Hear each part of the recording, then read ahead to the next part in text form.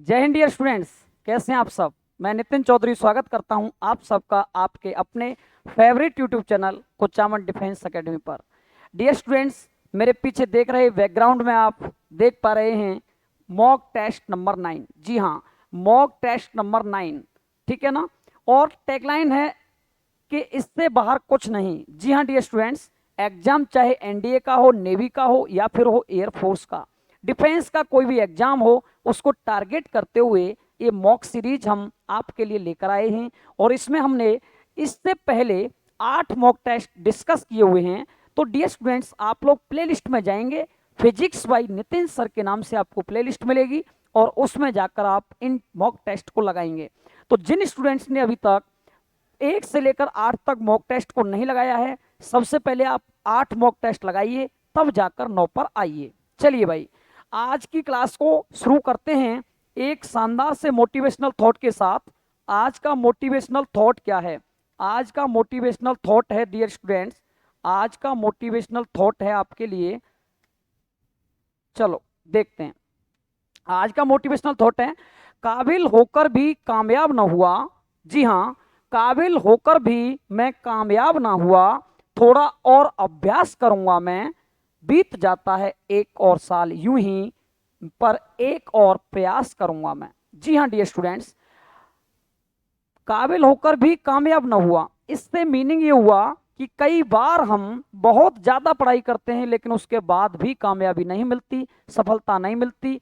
लेकिन हमें हार नहीं माननी है, क्योंकि हार नहीं ठानूंगा मैं, रार नहीं ठानूंगा मैं। कुल मिला के लगातार आगे बढ़ता जाऊंगा, कर्म करते जाऊंगा और अच्छे अच्छे प्रयास करते जाऊंगा। ये छोटे छोटे प्रयास ही हमें जीवन में हमें आयाम तक पहुंचाते हैं, शिखर तक पहुंचाते हैं, नई नई ऊंचाइयों तक पहुंचाते हैं, बुलंदियों तक पहुंचाते हैं।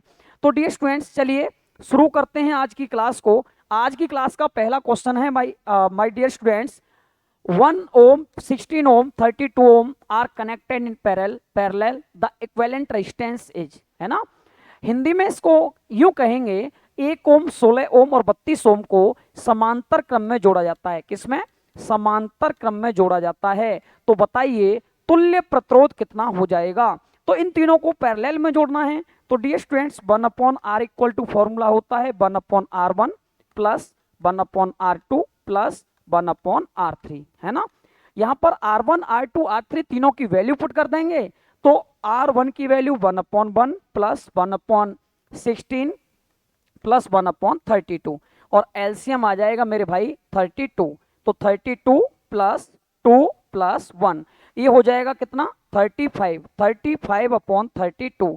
और इसको अगर हम कैलकुलेट करेंगे, आर की वैल्यू निकालेंगे तो इसका उल्टा कर देंगे, 32/35। 35 का डिवाइड करेंगे 32 में और हमें मिल जाएगा अपना आंसर कौन सा? C4 commando. जी हाँ, 0.92 will be correct answer. Next आगे बढ़ते हैं। आज की क्लास का दूसरा सवाल है, माइनस का 103 डिग्री फ़ारेनहाइट का तापमान किसके बराबर होगा? जी हाँ डियर स्टूडेंट्स, यहां पर जो आंसर आ रहे हैं डिग्री सेल्सियस में आ रहे हैं। यहां पर जो आपको वैल्यू दे रखी है फ़ारेनहाइट में दे रखी है। तो what is the relation between degree Celsius and Fahrenheit scale? Degree Celsius और फ़ारेनहाइट पैमाने में संबंध क्या होता है? तो dear students, C/5 equal to आपने पढ़ा होगा F-32/9। जी हाँ, C/5 इक्वल टू F-32/9, ठीक है ना। इसको करेंगे कैलकुलेट, इसको करेंगे कैलकुलेट, तो C/5 इक्वल टू F की वैल्यू माइनस का 103 माइनस का 32/9, ठीक है ना। C/5 इक्वल टू ये हो जाएगा माइनस का 135/9, ठीक है। अब इससे कैंसिल करेंगे 15 टाइम्स, 15 इंटू 5 हो जाएगा, 15 इंटू 5 हो जाएगा माइनस का 75 डिग्री सेल्सियस। तो इसका सही जवाब जाएगा B4 बॉर्डर, माइनस का 75 डिग्री सेल्सियस। चलिए भाई, आज की क्लास का नेक्स्ट क्वेश्चन है, एक समान चुंबकीय क्षेत्र में आवेशित कण के पथ की वक्रता त्रिज्या अनुक्रमानुपाती होती है। तो डियर स्टूडेंट्स, किसी भी यूनिफॉर्म मैग्नेटिक फील्ड में जब कोई चार्ज पार्टिकल एंटर करता है तो उसका जो रेडियस होता है, एक तो पाथ सर्कुलर होता है, ये बात तो मैं बता चुका हूं, लेकिन सर्कुलर पाथ का जो रेडियस होता है वो किस फिजिकल क्वांटिटी के डायरेक्ट प्रोपोर्शनल टू होता है, किस पर डिपेंड करता है? तो R इक्वल टू होता है dear students M B upon Q B, और यहाँ पर जो एम बी है ये होता है क्या, P, तो P अपॉन क्यू बी। तो R जो होता है वो P के क्या होता है, डायरेक्ट प्रोपोर्शनल टू होता है ना, मोमेंटम के क्या होता है, डायरेक्ट प्रोपोर्शनल टू होता है, इसीलिए इसका सही जवाब हो जाएगा बी फॉर बॉर्डर। चलिए भाई, आज की क्लास का नेक्स्ट क्वेश्चन है पॉइसन रेशियो। पॉइसन रेशियो होता है सिग्मा, इसका व्यावहारिक मान बताइए, है ना, पॉइसन रेशियो का व्यावहारिक मान। इसकी दो वैल्यू होती हैं, एक तो इसकी प्रैक्टिकल वैल्यू, एक होती है इसकी थ्योरेटिकल वैल्यू। तो डियर स्टूडेंट्स यहाँ पर हमें पूछा प्रैक्टिकल वैल्यू। प्रैक्टिकल वैल्यू होती है, प्रैक्टिकल वैल्यू होती है इसकी कितना, -1 से प्लस 0.5 तक, है ना। और इसकी जो थ्योरेटिकल वैल्यू होती है, इसका जो सैद्धांतिक मान होता है सिग्मा का, है ना, पॉइसन रेशियो का जो सैद्धांतिक मान होता है मेरे भाई, वो होता है 0 से लेके 0 से ज्यादा, है ना, लेकिन 0.5 से कम, यस। और व्यावहारिक मान होता है इसका -1 से लेके प्लस का हाफ या 0.5। चलिए, आज की क्लास का नेक्स्ट क्वेश्चन है, एक कण सरल आवर्त गति कर रहा है जिसका आवर्तकाल 6 सेकंड है, टाइम पीरियड 6 सेकंड है, एम्पलीट्यूड 0.03 मीटर है, तो इसका मैक्सिमम स्पीड बताना है। तो डियर स्टूडेंट्स मैं आपको बता दूं, मैक्सिमम स्पीड कुल मिला के अधिकतम वेग का जो फॉर्मूला होता है एसएचएम के अंदर, वो होता है ए ओमेगा। यहाँ पर ए ओमेगा की वैल्यू नहीं है, ओमेगा इक्वल टू होता है 2 पाई अपॉन टी। तो डियर स्टूडेंट्स ए की वैल्यू है एम्पलीट्यूड की कितनी, 0.03, है ना, into 2 pi upon T, time period है 6 सेकंड, है ना। 2 से कैंसिल करेंगे, कितने बार होगा, 3 बार होगा, और 3 का फिर भाग देंगे, 3 का फिर मेरे भाई भाग देंगे, इसमें भाग देंगे, तो ये कितना हो जाएगा, देखिए 3 पाई और नीचे 3, 2 पॉइंट बाद दशमलव, तो 0, 3 से 100 टाइम कैंसिल, पाई बाई 100, इसका जवाब होगा pi by 100 ji, pi by 100 इसका करेक्ट आंसर आएगा। 0.03 मीटर एम्पलीट्यूड है, टाइम पीरियड 6 सेकंड है, 0.03 और 2 पाई अपॉन टी, टी की वैल्यू कितनी है 6 सेकंड है, 3 टाइम तो ये आ जाएगा 0.01, है ना, 0.01 पाई आंसर आएगा, 0.01 पाई आंसर आएगा इसका। यहाँ पर इसे हमें सही करना होगा 0.01 पाई, है ना, इसका सही जवाब जाएगा 0.01 पाई करना पड़ेगा, है, तब जाके इसका करेक्ट आंसर आएगा। चलिए भाई, आज की क्लास का नेक्स्ट क्वेश्चन, ध्वनि कैसी तरंग है, ध्वनि कैसी तरंग है, नॉन मैकेनिकल, ट्रांसवर्स, मैकेनिकल, इनमें से कोई नहीं, है ना। तो जो ध्वनि तरंगें होती हैं वो लॉन्गिट्यूडनल होती हैं, जिन्हें हम कहते हैं अनुदैर्ध्य तरंगें। कैसी, अनुदैर्ध्य तरंगें होती हैं, इसीलिए इसमें हम कह सकते हैं कि नन ऑफ दीज वाला ऑप्शन सही होगा, डी फॉर डिफेंस। ठीक है, आगे चलो।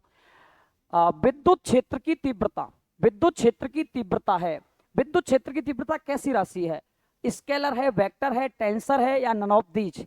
तो विद्युत क्षेत्र की तीव्रता जो है डियर स्टूडेंट्स, वो होती है आपकी कैसी, सदिश राशि होती है, वेक्टर क्वांटिटी होती है, क्योंकि इंटेंसिटी ऑफ इलेक्ट्रिक फील्ड का फॉर्मूला होता है एफ अपॉन क्यू, है ना, एफ अपॉन क्यू। तो जिधर फोर्स की डायरेक्शन होती है उधर ही इलेक्ट्रिक फील्ड की इंटेंसिटी की डायरेक्शन भी होती है मेरे भाई, ठीक है ना। चलिए, आज की क्लास का नेक्स्ट क्वेश्चन है, सरल आवर्त गति किस विस्थापन पर गतिज ऊर्जा स्थितिज ऊर्जा का 1/3 हो जाती है इन एसएचएम। एसएचएम के अंदर मेरे भाई सरल आवर्त गति के अंदर kinetic energy and potential energy की बात कर रहा है, लेकिन गतिज ऊर्जा स्थितिज ऊर्जा का 1/3, ये वाला 1/3, तो 1/3 का मल्टीप्लाई यहाँ हो जाएगा, है ना। और काइनेटिक एनर्जी का फॉर्मूला होता है ½ m ओमेगा स्क्वायर, ए स्क्वायर माइनस का बाई स्क्वायर बराबर 1/3, ये होता है ½ m omega square into by square, ठीक है ना। ½ m ओमेगा स्क्वायर से ½ m ओमेगा स्क्वायर कैंसिल हो जाएगा, ठीक है ना। तो ये ए स्क्वायर इक्वल टू क्या हो जाएगा, उधर जाके ऐड हो जाएगा by square plus 1/3 by square, ठीक। अब ध्यान देंगे, ये हो जाएगा 314 by square by 3, 4 by square by 3। यहाँ पर आपको पूछा क्या जा रहा है, यहाँ पर आपको पूछा जा रहा है भैया डिस्प्लेसमेंट, है ना। तो बाई स्क्वायर इक्वल टू हो जाएगा भाई मेरे 3a स्क्वायर बाई 4, है ना, और बाई इक्वल टू हो जाएगा √3a बाई 2। √3a/2, √3a/2 वाला ऑप्शन एकदम करेक्ट होगा, ए फॉर एयरफोर्स। चलिए भाई, आज की क्लास का नेक्स्ट क्वेश्चन है, किसी आदर्श गैस के दाब P में और इसकी प्रति एकांक आयतन है ना के मध्य ऊर्जा या गतिज ऊर्जा के बीच संबंध। तो आदर्श गैस के लिए गतिज ऊर्जा में और दाब में जो संबंध होता है P बराबर 2/3 E है ना, P इक्वल टू 2/3 E।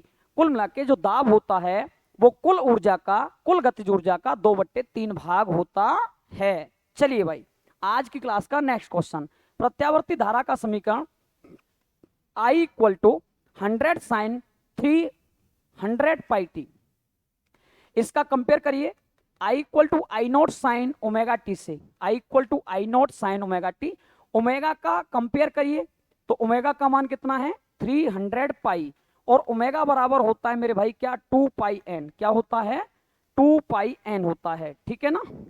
पाई से पाई कट गया, एन बराबर निकालेंगे तो 300 में 2 का भाग देंगे, 150 हर्ट्ज क्या होगा 150 हर्ट्ज वाला ऑप्शन सही होगा, C4 commando. Yes my dear students, इस क्वेश्चन का राइट आंसर होगा C4 कमांडो। चलिए भाई, आज की क्लास का नेक्स्ट क्वेश्चन, बिंदु जिससे किरणें बिना विचलित हुए गुजरती हैं क्या कहलाता है। ऐसा बिंदु जहां से किरणें बिना विचलित हुए निकलती हैं किसी भी लेंस के अंदर, तो उस पॉइंट का नाम होता है क्या ऑप्टिकल सेंटर, है ना। ऑप्टिकल सेंटर से किरणें बिना विचलित हुए यहां से सीधी निकल जाती हैं। चलिए भाई, इसका राइट आंसर होगा डिफेंस। आगे चलते हैं, परिदृश्य प्रकाश के लिए तरंगदैर्घ्य परास होती है, परिदृश्य कहते हैं विजुअल लाइट, है ना, विविग्योर वाला। अब विविग्योर में आपने पढ़ा होगा, विविग्योर का वेवलेंथ वाला जो रेंज होता है डियर स्टूडेंट्स, वो होता है 3900 एंगस्ट्रम से लेकर 7800, है ना, 7800 एंगस्ट्रम तक। अब इसके नजदीक वाला ऑप्शन भी सही होगा, इसके नजदीक कौन सा है 4000 से लेकर 8000 वाला, है ना, 4000 से लेकर 8000 वाला ऑप्शन सही होगा, इसीलिए इस क्वेश्चन का राइट आंसर होगा C4 कमांडो। चलिए भाई, आज की क्लास का नेक्स्ट क्वेश्चन है, दिए गए चित्र में बिंदु X और Y के बीच प्रतिरोध निकालना है, रेजिस्टेंस फाइंड आउट करना है। तो देखिए जरा, ये सभी रेजिस्टेंस हैं 3-3 ओम, है ना, ये 3 और 3, ये 3 और 3 ऐड हो जाएंगे पहले सीरीज में, ये हो जाएंगे 3 और 3 6। अब 6 और 3 पैरेलल में, तो 6 और 3 पैरेलल में 1/3 1/6 कितना हो जाएगा 6 एलसीएम, 2 + 1 3/6, है ना, ये आ जाएगा भैया कितना 2 ओम, है ना, उल्टा कर देंगे 2 ओम। अब ये तीनों कैलकुलेट होके आगे भैया 2 ओम, कितने ओम 2 ओम। अब 3 3 और 2 ये किस में सीरीज में, कैसे सीरीज में, तो 3 और 3 6 और 2 8, इसीलिए इसका सही जवाब होगा A फॉर एयरफोर्स, है ना। चलिए भाई, आज की क्लास का नेक्स्ट क्वेश्चन है, 220 वोल्ट AC अल्टरनेटिंग करंट का पीक वैल्यू बताइए। तो देखिए B इक्वल टू होता है V0/√2, है ना। अब peak value V0 equal to हो जाएगा V√2, और B की वैल्यू है 220 वोल्ट, तो 220√2 इसका सही जवाब होगा भाई मेरे D फॉर डिफेंस। 220√2 वाला ऑप्शन एकदम सही होगा, ठीक है ना। चलिए, आज की क्लास का नेक्स्ट क्वेश्चन है, दूरी का अनुपात किस पिंड के स्वतंत्र रूप से गिरने से पहले, दूसरे और तीसरे सेकंड में विराम से गिरता है। जब कोई पिंड फ्री फॉलिंग वाली कंडीशन में है, कोई भी पार्टिकल यहां से गिर रहा है फ्री फॉल वाली कंडीशन में, जी एक्सेलरेशन के साथ, इनिशियल वेलोसिटी 0, इसको कहते हैं फ्री फॉलिंग कंडीशन, है ना, मुक्त रूप से गिरना। तो डियर स्टूडेंट्स, इस कंडीशन में जो हाइट होती है वो डायरेक्ट प्रोपोर्शनल टू होती है 2n-1 के, है ना, 2n-1 के।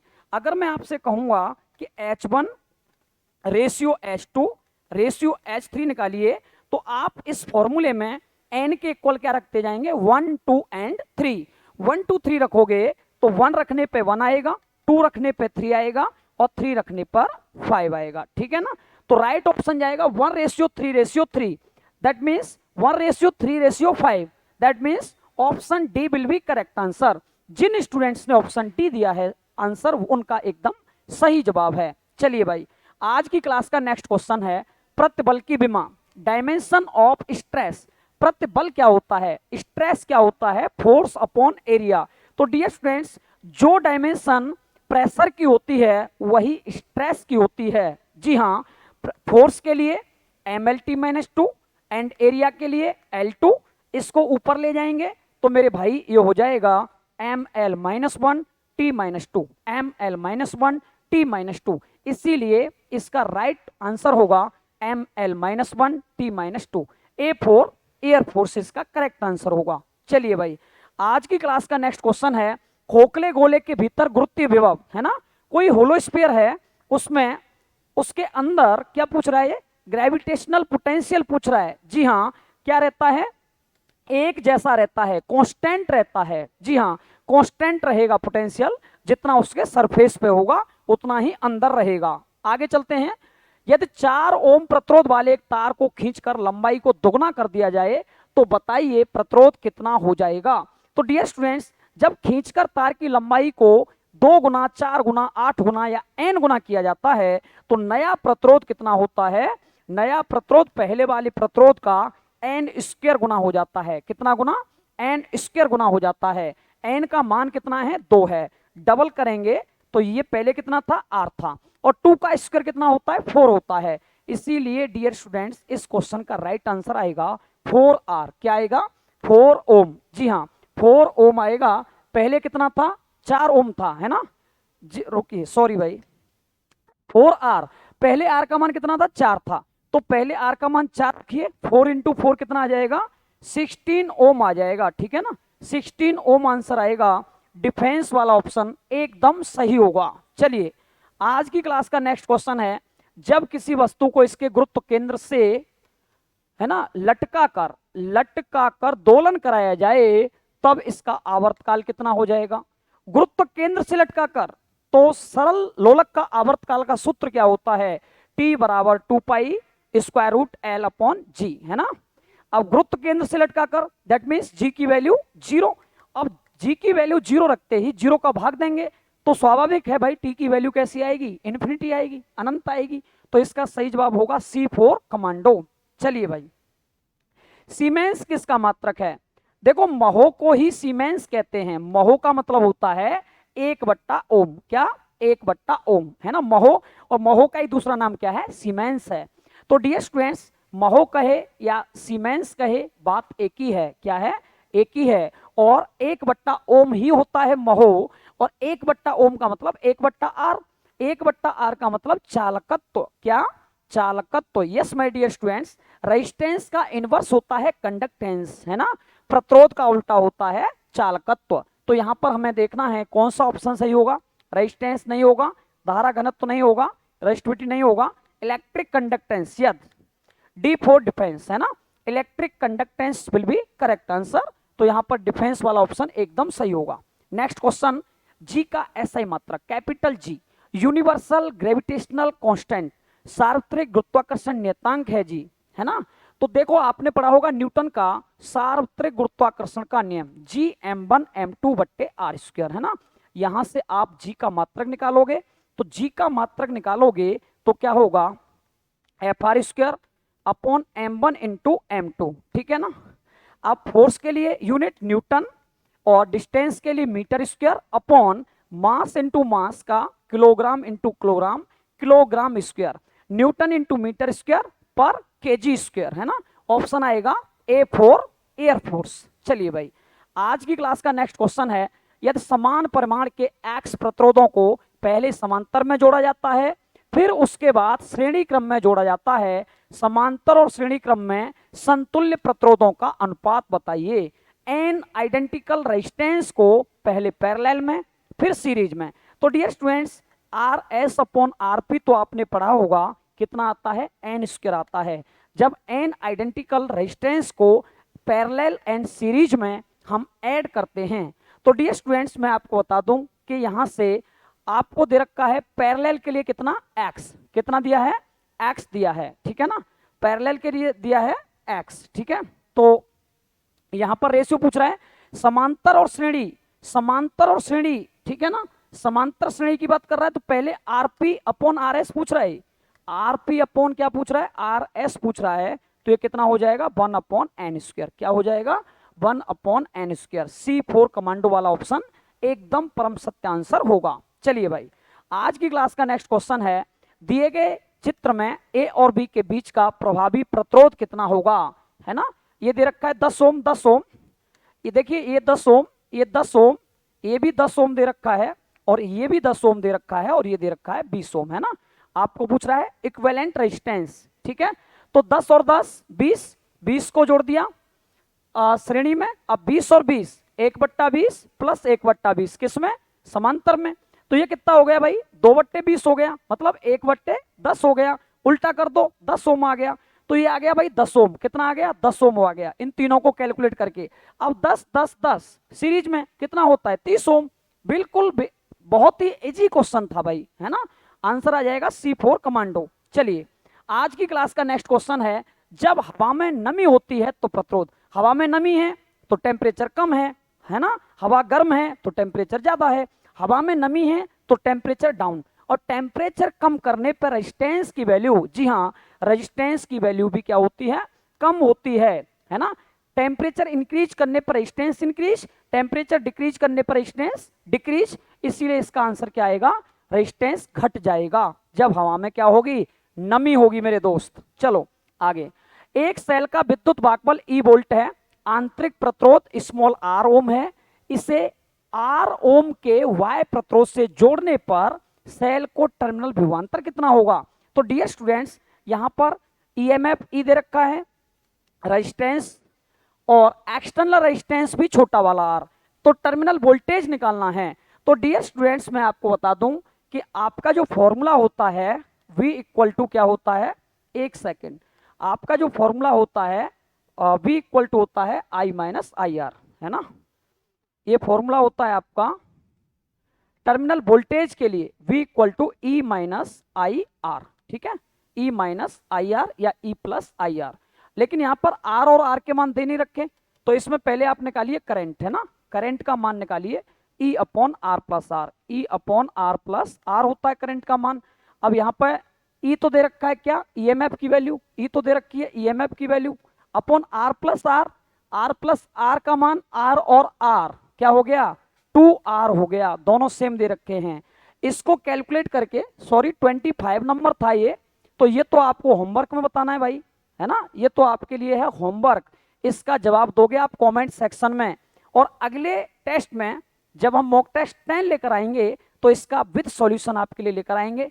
इसके अलावा और क्या है, इसके अलावा देखिए जरा, मॉक टेस्ट नंबर 8 का जो मैंने होमवर्क आपको दिया था, मॉक टेस्ट नंबर 8 में जो होमवर्क दिया था, ये वाला क्वेश्चन था, यदि पृथ्वी के घूर्णन का कोणीय वेग अचानक से बढ़ा दिया जाए तब ध्रुव पर पिंड के भार पर क्या प्रभाव पड़ेगा। डियर स्टूडेंट्स, पृथ्वी अपने खुद के अक्ष पर घूमती है, इसकी वजह से जो व्यंजक निकल के आता है वो आता है G dash equal to G minus R E omega square cos square lambda. लेकिन मेरे दोस्त, ध्रुवों पर लैम्डा जो होता है, लॉन्गिट्यूड, ये वाला जो एल्टीट्यूड एंगल होता है वो कितना होता है, 90 डिग्री होता है, इसीलिए G डैश का मान कितना आता है, G के बराबर ही आता है, क्योंकि कॉज में 90 का मान हो जाएगा 0। तो डियर स्टूडेंट्स, पृथ्वी के अक्षीय घूर्णन के कारण ध्रुवों पर G के मान में कोई प्रभाव नहीं पड़ता, अपरिवर्तित रहता है, इसीलिए कोई प्रभाव नहीं पड़ेगा, अनचेंज रहेगा। इसका राइट आंसर आएगा C4 कमांडो। बोलो हाँ या ना। तो डियर स्टूडेंट्स, आज की क्लास में इतना ही। इसी तरीके से मॉक टेस्ट देखने के लिए हमारे साथ जुड़े रहिए, हमारे इसी official YouTube channel Kuchaman defence academy पर, है ना। और इसके बाद मॉक टेस्ट 10 आपके लिए लेकर आ रहा हूं कल, ठीक है ना, बने रहिए मेरे साथ। आज की क्लास के लिए बस इतना ही। जय हिंद dear students, bye bye, take care.